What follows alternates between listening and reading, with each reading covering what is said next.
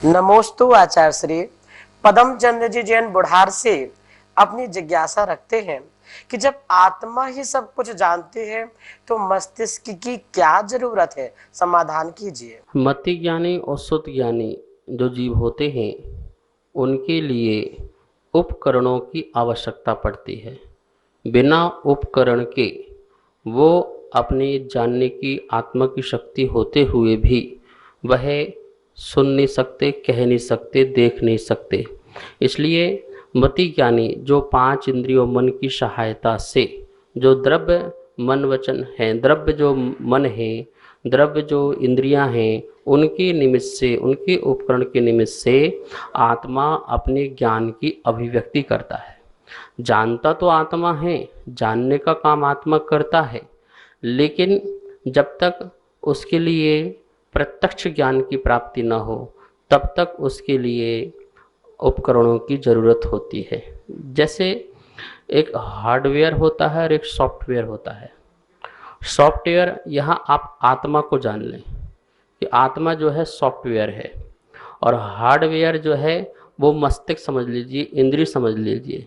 तो कंप्यूटर है पर कंप्यूटर में सॉफ्टवेयर ना हो तो क्या होगा, वो कंप्यूटर काम नहीं करता है, और बिना कंप्यूटर के सॉफ्टवेयर भी काम नहीं करता है, और सॉफ्टवेयर के बिना कंप्यूटर भी काम नहीं करता है। तो दोनों की ज़रूरत पड़ती है।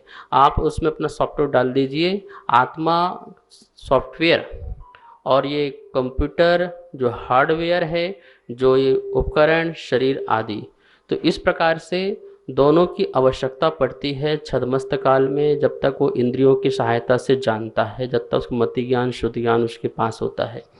यदि अवधि ज्ञान, मना पर ज्ञान और केवल ज्ञान हो जाए तो वो ज्ञान तो प्रत्यक्ष ज्ञान है, फिर उसमें मस्तिष्क आदि की जरूरत नहीं पड़ती है, फिर तो वह आत्मा से प्रत्यक्ष ज्ञान उसको होता है।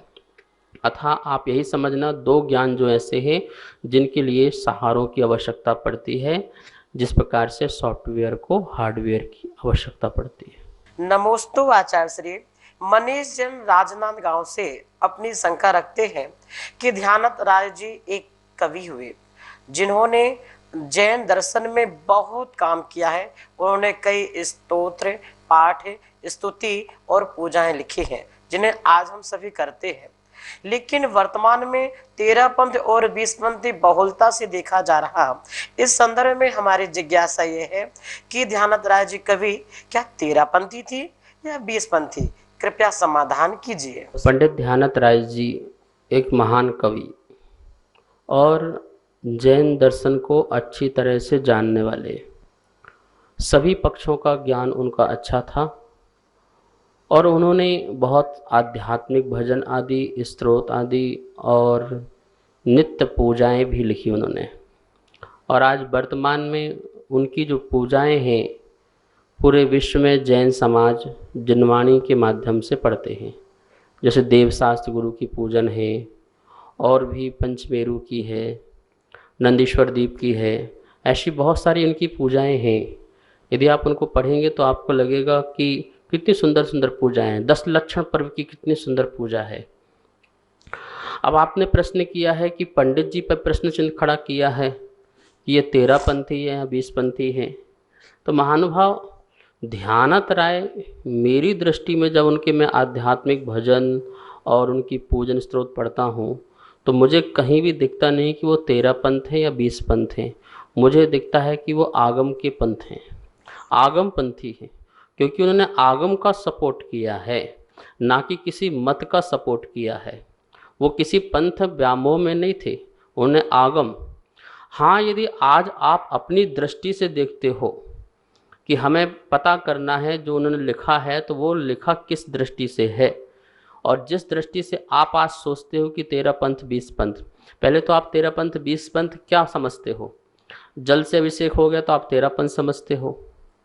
और यहाँ पर यदि जो फूल से, फल से किसी ने पूजा कर ली, फल चढ़ा दिया, फल में मतलब अनार आदि चढ़ा दिया, केले चढ़ा दिए, और पुष्पों में कमल आदि चढ़ा दिए, तो आपने बोल दिया इनको 20 पंथी।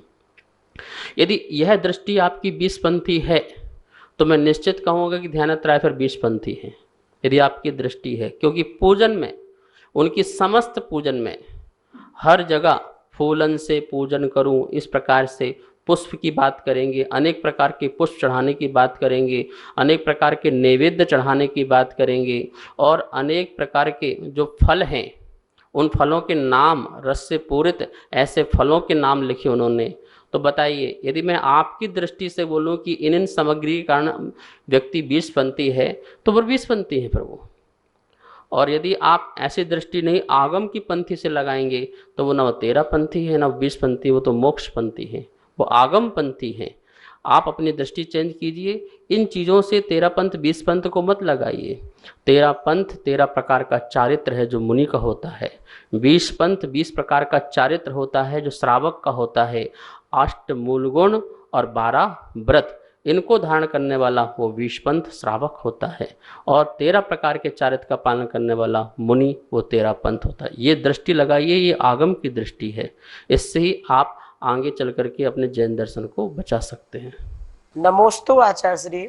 पिंटू जैन नागौद सतना से अपनी जिज्ञासा रखते हैं कि द्रव्य हिंसा और भाव हिंसा, इन दोनों में सबसे पहले हमें किसको छोड़ना चाहिए? कृपया समाधान करें भगवान। शास्त्रों में 2 प्रकार की हिंसाएं बताई गई हैं, एक द्रव्य हिंसा और एक भाव हिंसा। देखिए, द्रव्य हिंसा से बचने के लिए चरणान योग होता है। चरणान योग का जो व्यक्ति पालन करता है वो द्रव्य हिंसाओं से बच सकता है, क्योंकि चरणान योग पहले अहिंसानुव्रत और फिर अहिंसा महाव्रत, इस प्रकार से आपको ऊपर ले जाता है, और वो सूक्ष्म हिंसा से भी आपको बचाता है, आपकी प्रवृत्ति से, आपसे की क्रिया से। इसलिए बाह्य आचरण भी बहुत जरूरी है। बाह्य आचरण के माध्यम से भी हमारी द्रव्य हिंसाएं जो हैं रुक जाती हैं। और जो भाव हिंसाएं हैं, वो भाव हिंसा है वो हमारे कषाय पर डिपेंड करती हैं। जो कषाय हैं, तीव्र कषाय हैं, राग द्वेष के परिणाम हैं, ये हिंसा है। इसलिए आचार्य ने कहा चित्तमेव संसारः, चित्त ही संसार है, राग द्वेष ही संसार है। वह हमारे प्रमाद जो चर्या है, प्रमाद के जो परिणाम हैं, प्रमाद के जो भाव हैं, वो भाव हिंसा कहलाती है। तो आपने देखा अंतरंग परिग्रह कषाय वो भाव हिंसा है, और बहिरंग परिग्रह जो निमित्त बनता है वो द्रव्य हिंसा के अंतर्गत आता है। आचार्य भगवान कहते हैं कि हमको ज्ञान के माध्यम से सबसे सर्वप्रथम भाव हिंसा को रोकना चाहिए। अंतरंग में कषाएं जो उठ रही हैं उसको हमें अलग करना चाहिए, क्योंकि भाव हिंसा ही कहीं न कहीं द्रव्य हिंसा का कारण बनता है।